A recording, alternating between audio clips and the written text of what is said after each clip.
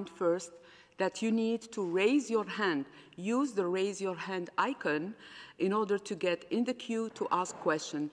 Also, remember, we have a large number of you in the queue, so please stick to one question. The first question is from Agnès Pedrero from Agence France-Presse. Agnès, please unmute yourself and ask your question. Agnès?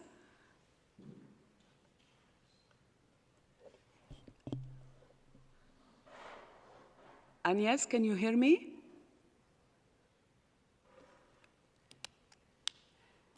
No. Agnès? We will come back to Agence France-Presse later on. Now we have Anna Pinto. Anna, can you hear me? Please don't forget to unmute yourself. No one. Anna, can you hear me?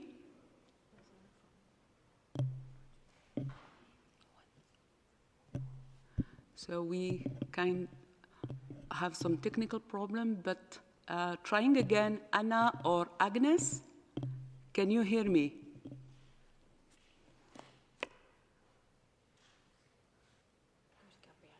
So if we cannot have Agnes or Anna, I will go to Gabriela Sotomayor, Mexican journalist. Gabriela, can you hear me? Really?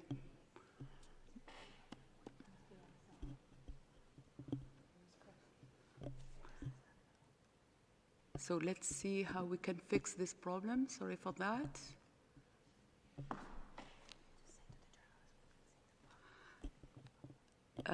We are trying to fix the technical problem. So let's try once again. Agnes, AFP? No.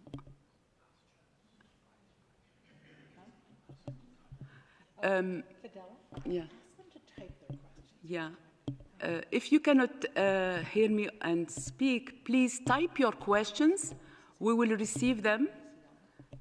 Thank you for your patience.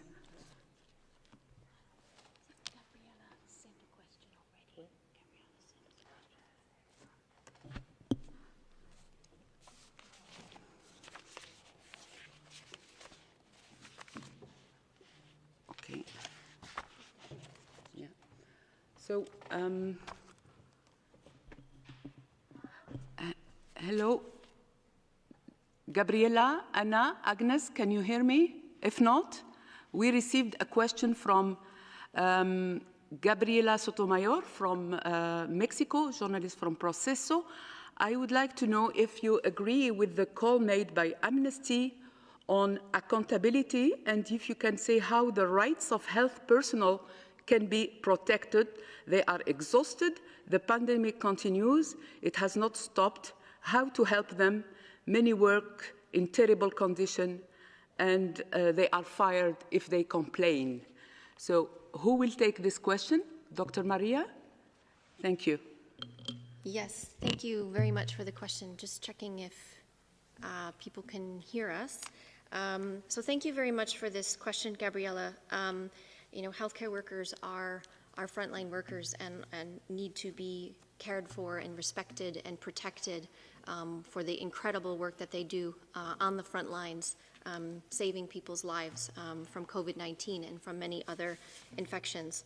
So all healthcare worker infections are important. Even one healthcare worker infection is too many. So we have some information on healthcare worker infections by country, and it varies quite, it's variable, highly variable by country. And from the data that we have that's received through our clinical platform, through our case report forms that come in, by country, it's anywhere between 8 and 27% of the reported cases. From data from our regional offices, this week, our regional director of PAHO noted more than 570,000 health worker infections in North and South America.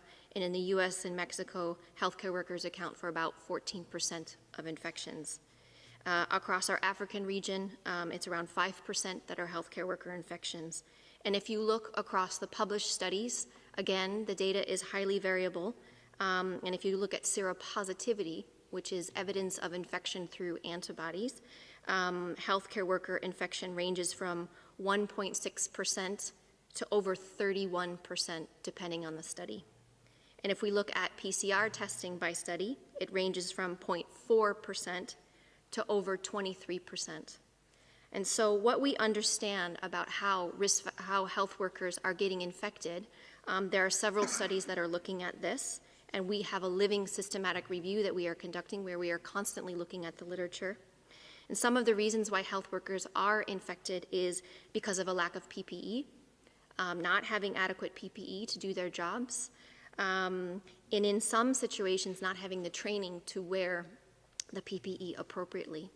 And early on in the pandemic, when we have cases in some different wards, such as geriatric wards or other wards that weren't prepared for droplet and contact precautions for infectious diseases, they weren't trained to wear the right type of PPE. That has been changed and that has been improving. We also know that health workers are infected while on the job when they're in rest areas, if between each other, so there's transmission that's happening between health workers. And we know that there are conditions in which they are working in where there's extended shifts, not adequate rest periods, that really needs to be supported. But we also need to remember that health workers are people too, and they live their lives. And unfortunately, many health workers are also infected outside of the healthcare facility. So I think there's a number of things that we are doing and that countries are doing to protect health workers. This is a priority of WHO's beyond the pandemic, but is a top priority of WHO's to protect health workers. We have guidance that is out around infection prevention and control, so how they can care for patients safely and the type of precautions that are needed depending on the type of care that's given. Our supply chain task force has worked very hard to ship PPE to 172 countries in all regions. Millions of respirators and medical masks, face shields, gowns, gloves, goggles. We've issued trainings for infection prevention and control to make sure that all health workers know what this virus is, know how it is transmitted, know what are the proper infection prevention and control measures that they can take. But we do need to ensure that health workers are equipped with the right PPE.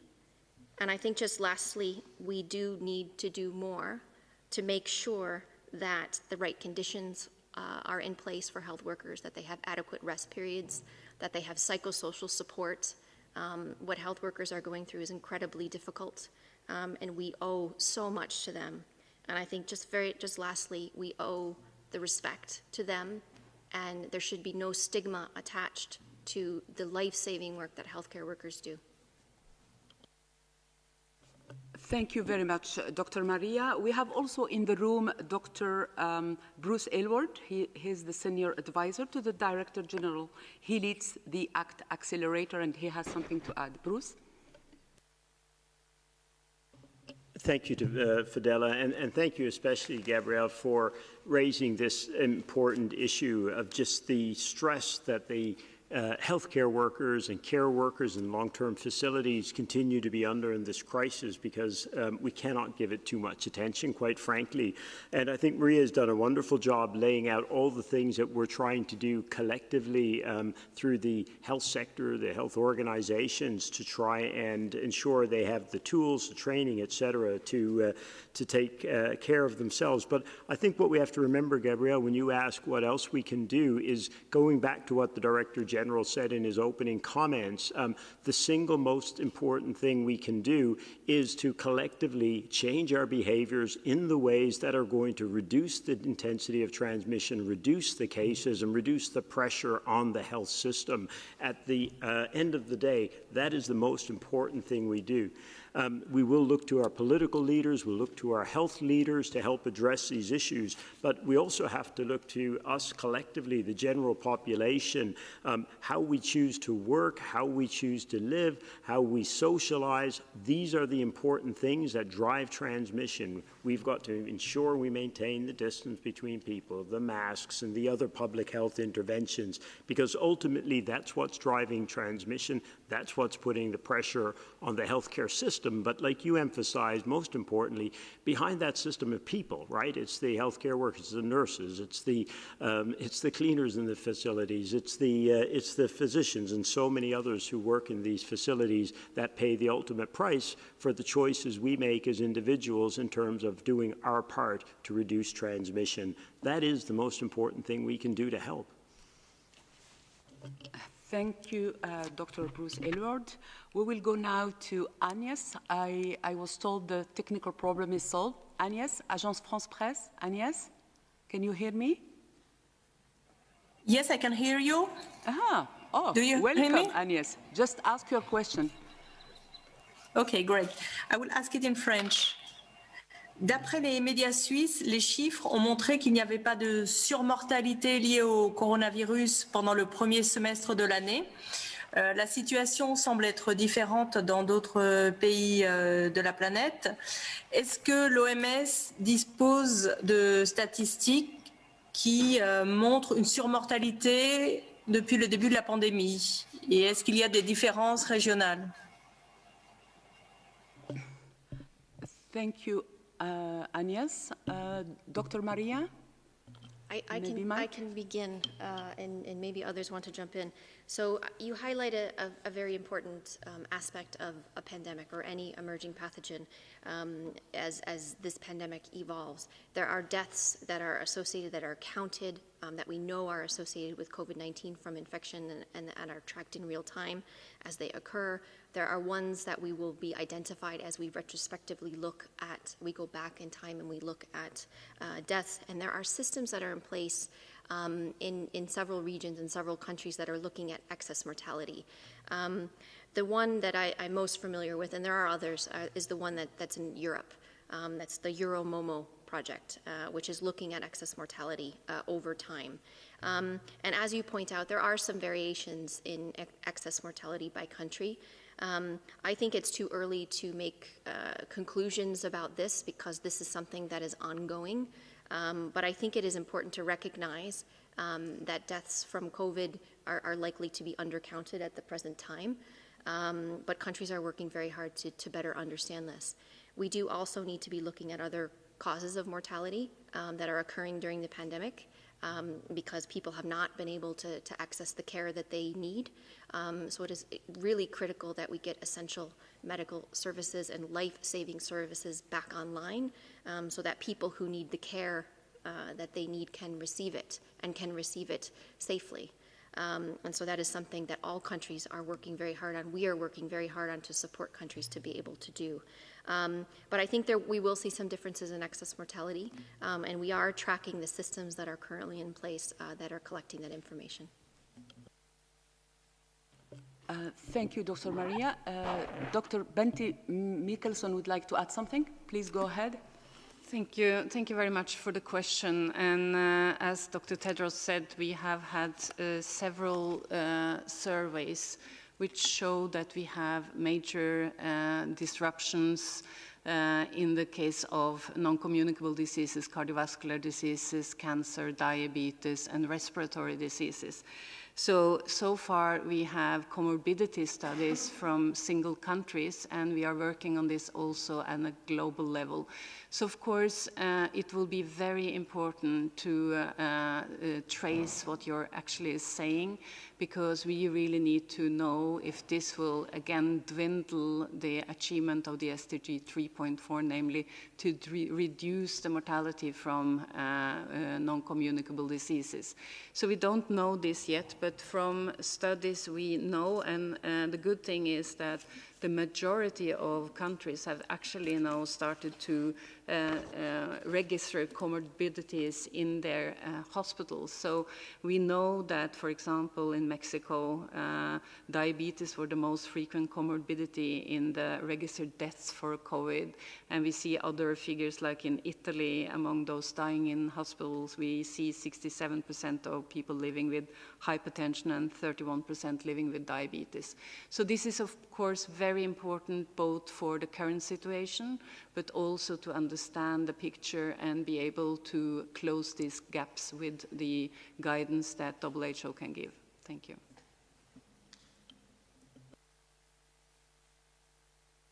Dr. Bruce?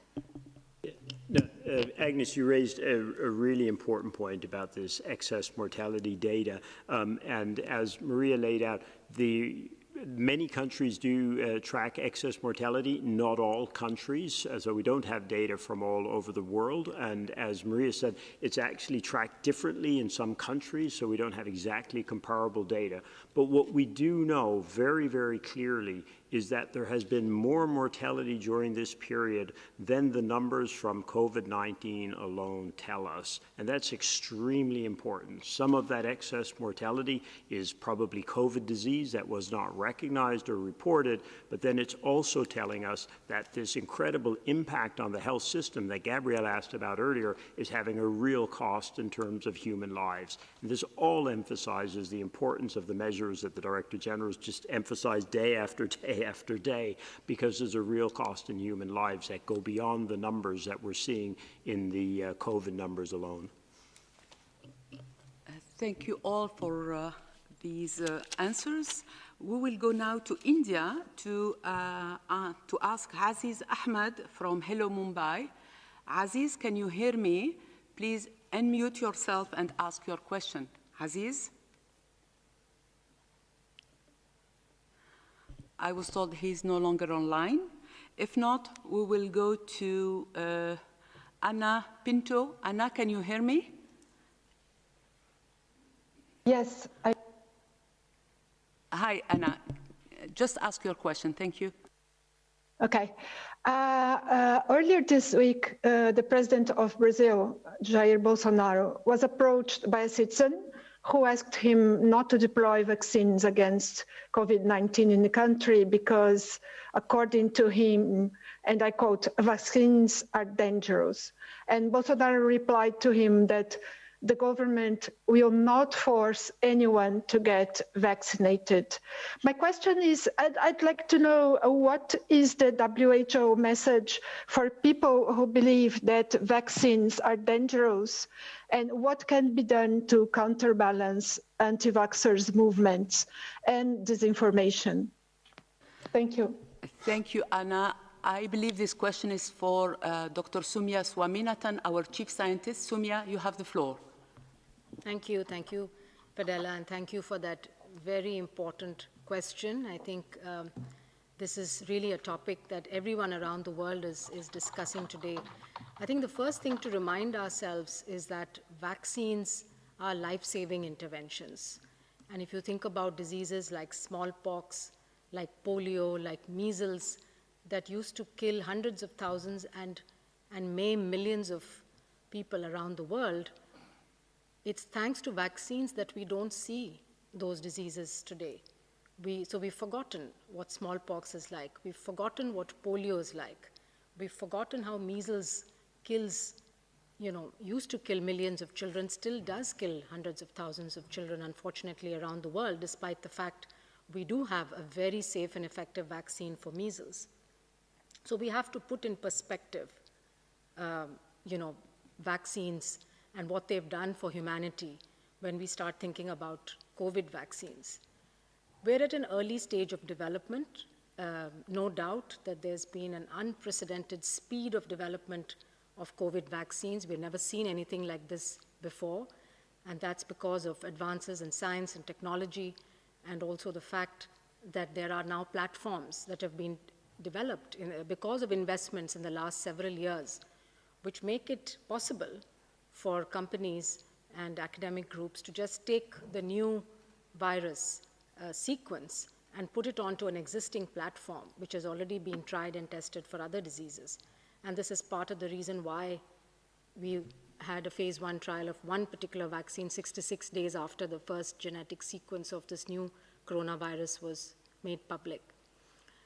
Now, having said that, vaccines still need to go through phases of testing. They need to go through lab testing, followed by animal studies, followed by human trials, starting with very small numbers of people to test safety, moving on to what we call immunogenicity studies, where we look for the development of protective antibodies and other immune responses, which we think are signals. But eventually you need phase 3 trials, which actually look at reduction of disease. in the group that's vaccinated compared to the group that's not given the vaccine or is given a placebo. And this happens in tens of thousands of people who are also followed for safety signals. So no vaccine is going to be mass deployed before the regulators are confident and the governments are confident and that WHO is confident that these vaccines have met the minimum standards of efficacy and safety. We have a very elaborate and thorough process where we look at all the criteria, the qualities of a vaccine, and whether they have been met before we will make any kind of recommendations, either on emergency use authorization or on a general licensing or authorization for use through pre-qualification programs. We have an independent group of experts, the SAGE, the Scientific Advisory Group of Experts on Immunization, that makes recommendations. Again, it's a globally recognized independent group of experts that will look at the properties of an individual vaccine and the data from the trials before they'll make a policy recommendation. So I think we should reassure the public that vaccines that are recommended for use by WHO and by the national regulatory authorities would have passed the minimum standards needed. We've also heard very encouraging statements from a number of the vaccine developers and the heads of those manufacturing companies that they will abide by the standard guidelines and rules for development of vaccines. So there needs to be, I think the questions that people are posing means that there is a need for more information sharing. There's a need for more transparency, for more education of the public on vaccines in general, and then on COVID vaccines in particular. Thanks. Can I add? Yeah, Dr. Tedros, please. Thank you. Thank you, Fadila. I think Soumya had said it all. Just want to stress a bit. I would like to assure the public that WHO will not endorse a vaccine that's not effective and safe. So that's one. And second, as she had said, vaccines have helped in eradicating smallpox. Then almost on the verge of eradicating polio.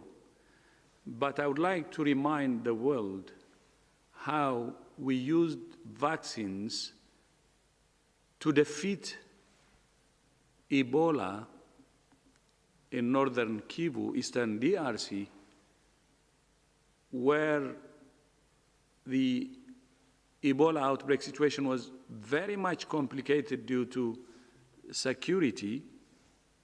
As you know, North Kivu is a place where more than 20 armed groups actually operate, and it's with the help of vaccines that we were able to stop or end the Ebola epidemic in northern Kivu in eastern DRC. So for people to understand the power of vaccines, it's better to see it's the track record of many of the vaccines we used in the past several decades and even in the recent past, as I said, in eastern DRC.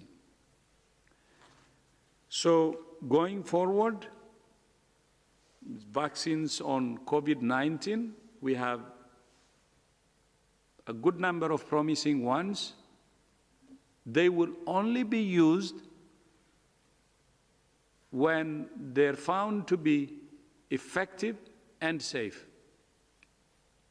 That's what I would like to assure the world. And as Soumya said, this will be done by WHO and local authorities. As to the anti-vax movement, they can build narratives to fight against vaccines, but the track record of vaccines tells its own story. And people should not be confused by a movement, anti-vax movement, but they can have a look for themselves on how the world actually used vaccines to reduce under 5 mortality, to save children, and to have successful eradication of diseases like smallpox. So just please go to the track record of vaccines and have a look for yourselves, especially parents. Have a look for yourselves and see how vaccines actually change the world. And that's why we have this famous saying, vaccines actually affect adults. Our children will be healthy adults when we use vaccines. And for COVID, we are hopeful that we will have one so that the world can get back to normal. Thank you. Thank you, Dr. Tedros. We will move now to Simon Ateba from Today News Africa. Simon, can you hear me?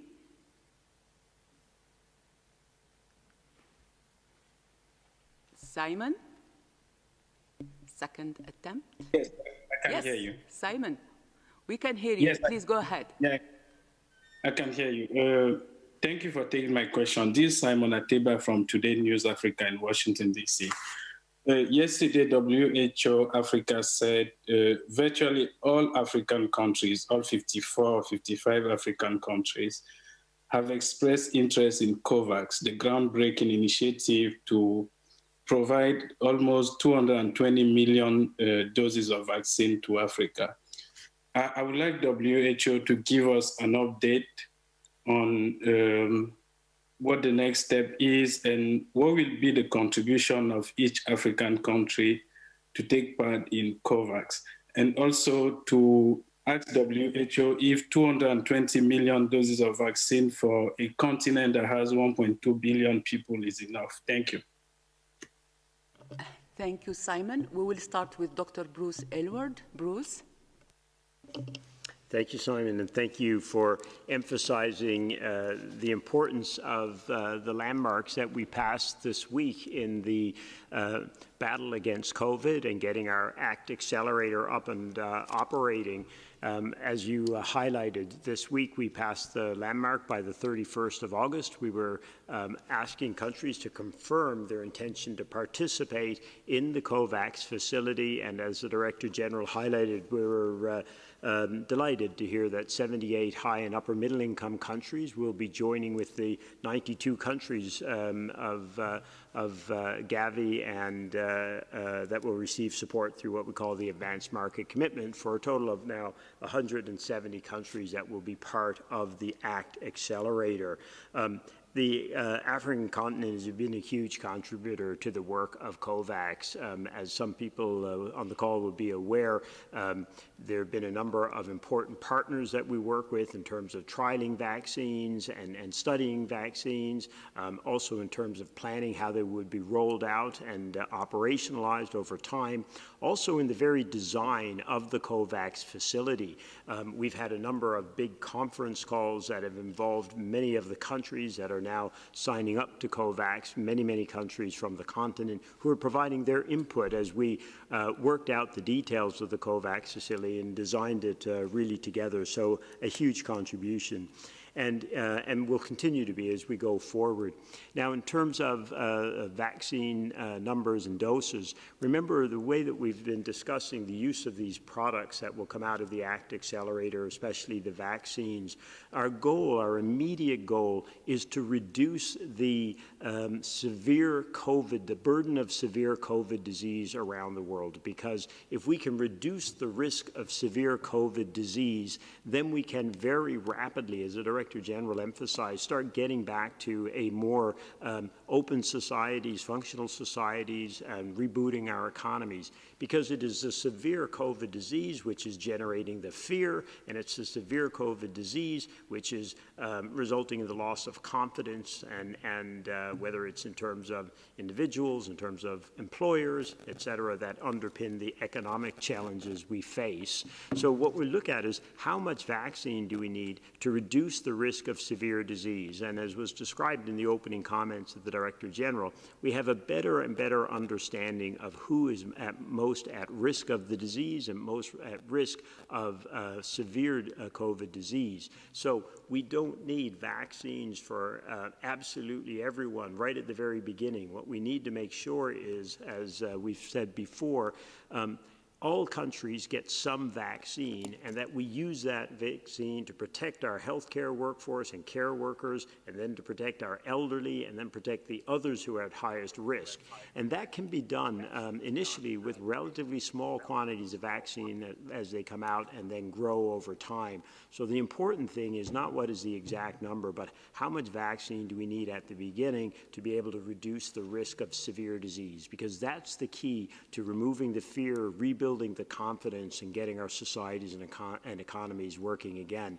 And the 200+ million doses would definitely go a long way to achieving that. But right now we're a very long way even from that 200 million doses. So that's the key. It's been an important week, and we're certainly encouraged by what we're seeing, again, in terms of a tremendous solidarity to try and ensure we reduce that risk of the disease around the world and start getting back to a more normal way of functioning going forward. I think Soumya wanted to add. Very briefly, just to add, I think Bruce has explained it very well. Just to add that the African Union has taken real leadership in this and engaged with discussions with WHO, but also with other partners on making sure that there's access to vaccine, the best vaccines for the African people, but also to be part of the development, part of the research and development process. And so the strategy for the COVID vaccines for Africa really has three pillars. The first one being very much to be playing a leadership role in the research and development of these vaccines, ensuring that clinical trials take place in Africa so that these vaccines are tested in different ethnic groups, different racial groups, age groups, etc., so that you have better estimates of how this vaccine works in different populations. Also focusing on expanding manufacturing capacity in Africa, getting into technology transfer and so on. This is building capacity for the future. And of course, focusing also on the policy, the implementation, and how delivery of these vaccines will take place. As we know that many countries face a lot of challenges in delivery even of routine vaccines to children. And this is going to be a vaccine that's going to have to be given to other age groups. This is not a childhood vaccine. So we're going to every country needs to start thinking about how these campaigns are going to be run and what is going to be needed in terms of human resources, supply chains, cold chain equipment, logistics, needles, syringes, etc., training, so that when the vaccine is available, that there's no delay in launching these immunization programs. Thanks. Thank you, Dr. Swaminathan, and thank you, Bruce, for your answer. I believe Mike Ryan has something to add. Mike, can you hear me? Yes, no, just to follow up, and just speaking with specific reference to Africa and to colleagues in Africa. Sorry, Mike, you are very soft. Can you speak out, please? Speak up. Yeah. Thank you. Yes, can you hear me? Yeah. Try again, Mike. Thank you. Hello? Speak a bit louder or maybe increase your volume. I'm taking the...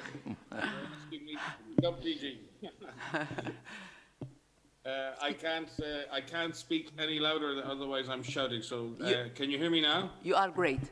Go ahead. Now, I just wanted to reflect on the contribution that African countries have made in general to vaccination, and to congratulate Africa as a continent for the eradication of polio and the certification of that eradication. A huge task carried out with many years of effort, and both Tedros in Ethiopia and our RD Dr. Mweti and Bruce himself, who's sitting there, championed a lot of the work that led to that. But also in the areas of cholera, in the areas of meningitis, in the area of yellow fever and Ebola. African countries have championed a lot of the techniques we use now for mass vaccination, for community engagement, and for really going after infectious diseases, particularly these epidemic diseases.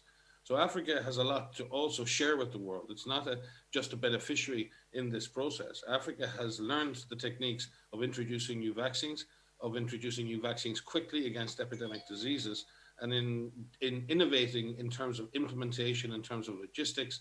And again, Dr. Tedros spoke to the situation of Ebola.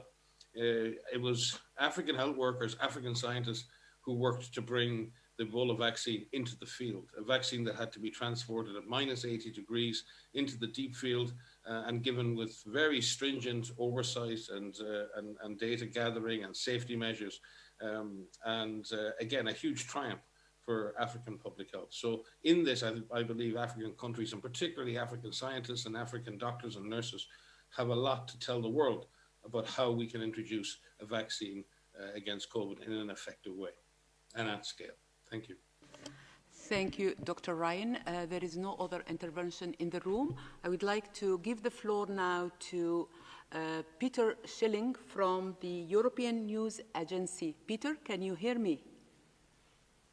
Indeed, thank you. Can you hear me? Yeah, very well. Go ahead, please. Okay.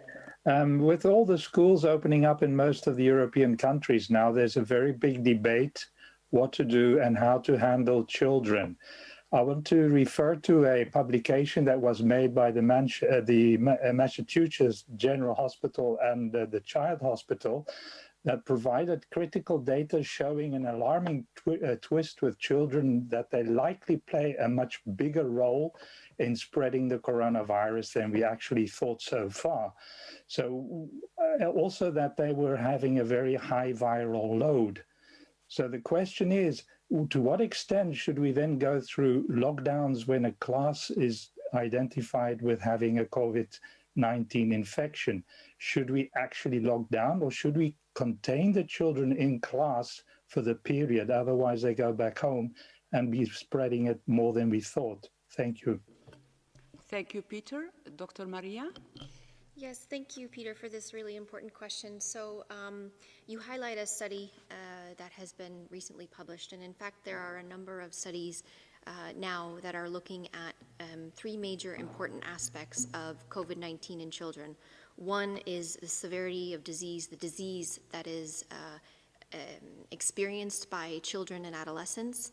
And luckily, most children have mild disease. Many children have asymptomatic infection. It's not universal. We do have reports of children having severe disease, and some children have died.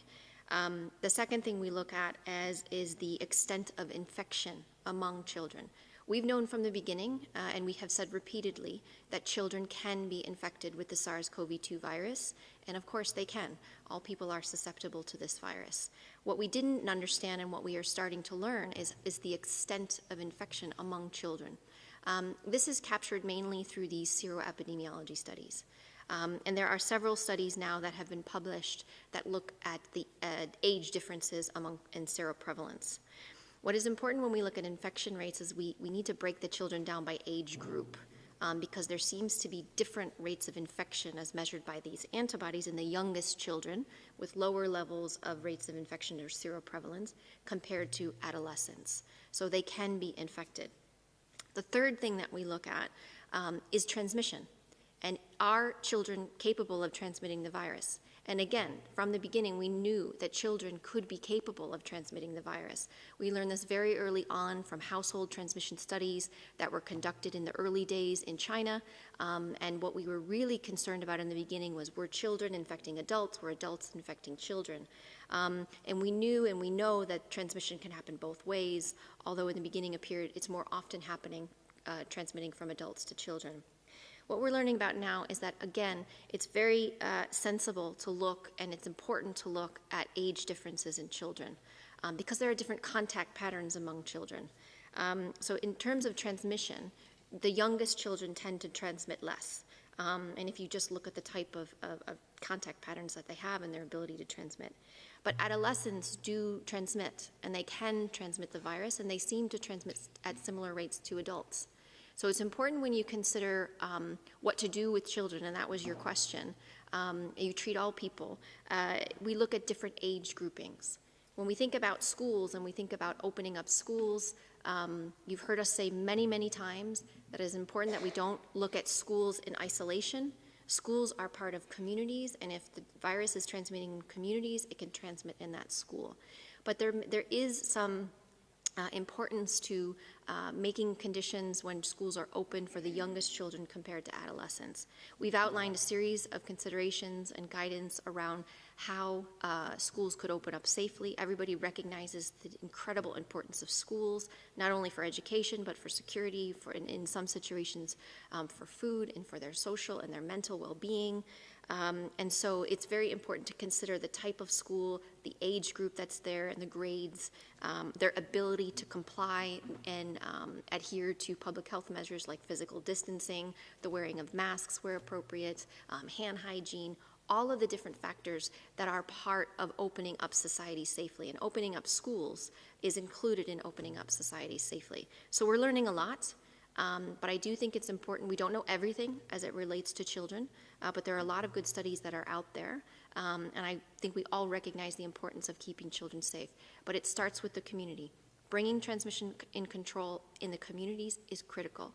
All of the individual measures that you need to take to protect yourself, whatever age you are, from getting infected and to prevent you from passing to another is really important. Hand hygiene, respiratory etiquette, wearing a mask where appropriate, all of that. In addition to active case finding, isolation of cases, contact tracing, all of this needs to be as part of our new normal as we go forward. Thank you, Dr. Baria. We have now a question from B.N. Kumar from India Biz News Connect. Kumar, can you hear me?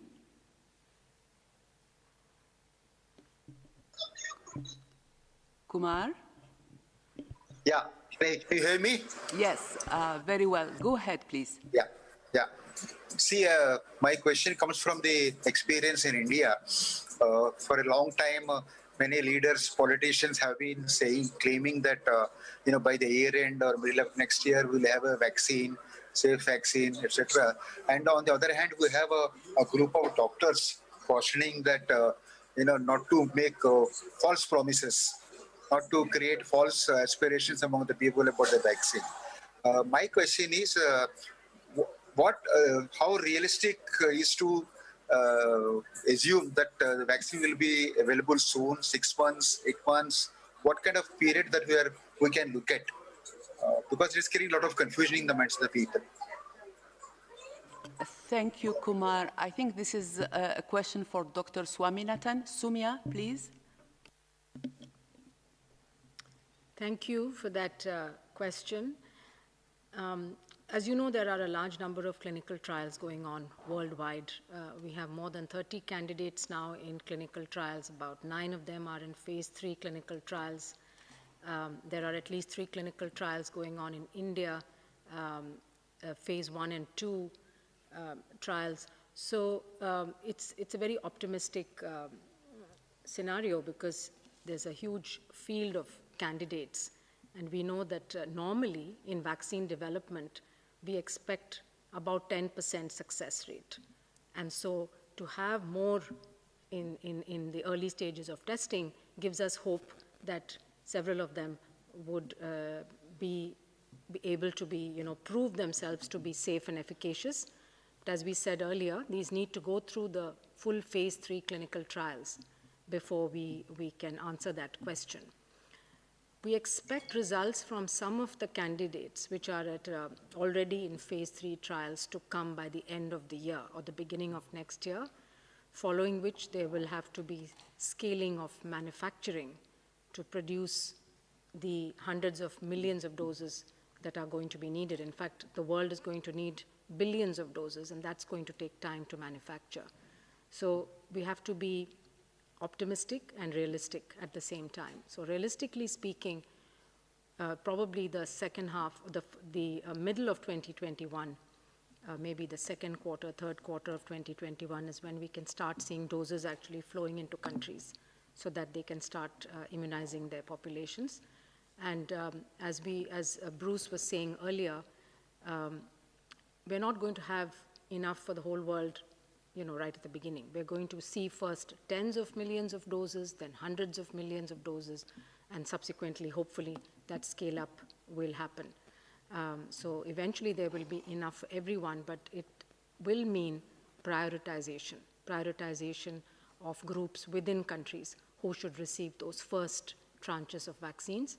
And this is where the COVAX facility and the fair allocation framework that's been developed by WHO in consultation and agreement with our member states would play an important role in determining how those scarce doses of vaccines in the beginning will be distributed and used, hopefully in a fair and equitable manner, so that, as the DG was saying earlier, it is important to make sure that the people who need the vaccines get it, regardless of which countries they're living in. There's no point some countries vaccinating entire populations while others are waiting for a long time. So that's what the COVAX initiative and the COVAX facility aims to achieve. And if it comes sooner, the better. But certainly by the middle of 2021, we should start seeing some vaccines actually moving into countries and into populations. Maybe Bruce wants to add. Thanks. If I just may add one thing, just to supplement what Sumi was saying about the advancement of the vaccines, I just want to make it crystal clear, there's so much that we can do now. While the vaccines are being accelerated and being developed, and it's been outlined very clearly that it's a safe and effective vaccine that is so much of the world is working towards, and that's really wonderful. But there's so much that you can do now. And I think we will hammer this as much as we possibly can, because there are individual steps that you as an individual can take to protect yourself from getting infected, to minimize your exposure, to manage your risk. This has to do with how you live your daily life. And everybody wants to get back to, a normal life and get back to what used to be, but we need to make considered decisions about how we go about doing that. How we go to work, if we need to wear a mask where we can't physical distance, we need to practice hand hygiene and respiratory etiquette, avoid the 3 C's, these crowded spaces and closed settings, especially with poor ventilation. There are ways in which you can minimize your exposure. And to be informed. So what is really important is that you know where the virus is in the areas where you live and in the areas where you work. And this comes from the strong government-led responses that we are seeing in so many countries. The strong, clear response at a national level implemented at the local level. What we are seeing now is countries that, in the beginning, many had to put in these national lockdowns, so-called lockdowns, because they needed to buy themselves some time to take the heat out of the virus, out of the transmission, and get some time to get their systems on track. Many countries have a public health workforce now. They have testing capacity that has been greatly increased. They have contact tracers that are out there, that they're preventing clusters from happening, or when clusters do happen, they're rapidly carrying out these outbreak investigations. All of these things are really positive, and I just want to highlight this because we are seeing many countries apply these public health measures and taking at great effort and bringing outbreaks under control. And these are things that are happening now. So we need strong government-led responses. We need very targeted, tailored local implementation so that we could avoid national lockdowns again. And we are very hopeful, and we are seeing in many countries they're applying targeted, time-bound, geographically bound measures to bring outbreaks under control, and using all of the active case finding, contact tracing, training your workforce, protecting your workforce, improving clinical care, getting hospitals ready. All of that is still happening in the background. And countries that have been successful in suppressing transmission are ready. They are ready to identify cases very quickly. They're ready to identify clusters and carry out the necessary steps to prevent those clusters from becoming community transmission. So I just want to emphasize that there's so much that all of you are doing now that is benefiting society and is helping this pandemic. So please, be hopeful and be empowered that there's a lot that you can do. I think Dr. Bruce has something to add. Bruce? Yeah, I think just to help Mr. Kumar, that was an important question. I think it's hard for the general public when they're hearing these sometimes substantially different assessments of how long it will take us to actually have a successful vaccine, and if indeed these trials are successful. And sometimes it's helpful to demystify these timelines a little bit. But if you think about these trials, what you keep hearing, phase 3 trials, remember these involve tens of thousands of people. Usually the large ones we really need to see an effect of the vaccine on. You have to give people 1 dose, and then usually it's at least 2 weeks or 3 or 4 weeks before they get the second dose. And by the time you enroll that many people, get those 2 doses in, that's often 3 months or longer. And it can't be shorter than 2, obviously, but it's usually a few months just to get that many enrolled in the trials. And then you've got to observe them for a long enough period to understand who is protected and not protected. So, and there you're a little bit at the mercy of the epidemic itself, because it depends on how much disease is actually circulating in the community by that point.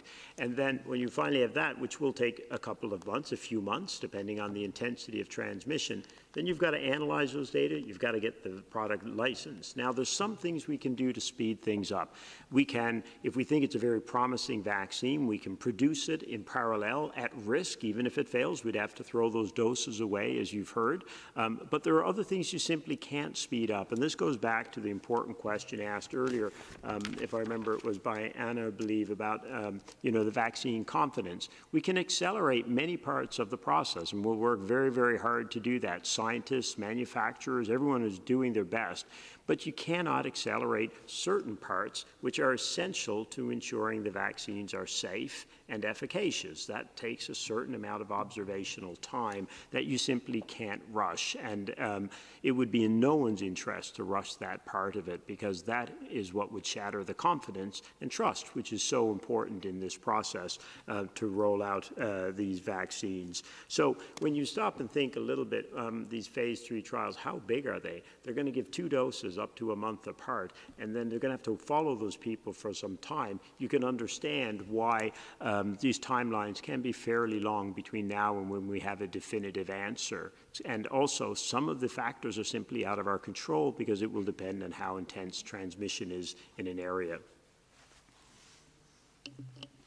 Thank you, Dr. Aylward. I think we will wrap up now the press conference if there is no other intervention in the room. Maybe Dr. Bente wants to add something? Thank you very much, and thank you for also focusing today on the chronic diseases. And of course, the primary task just now is to defeat COVID-19.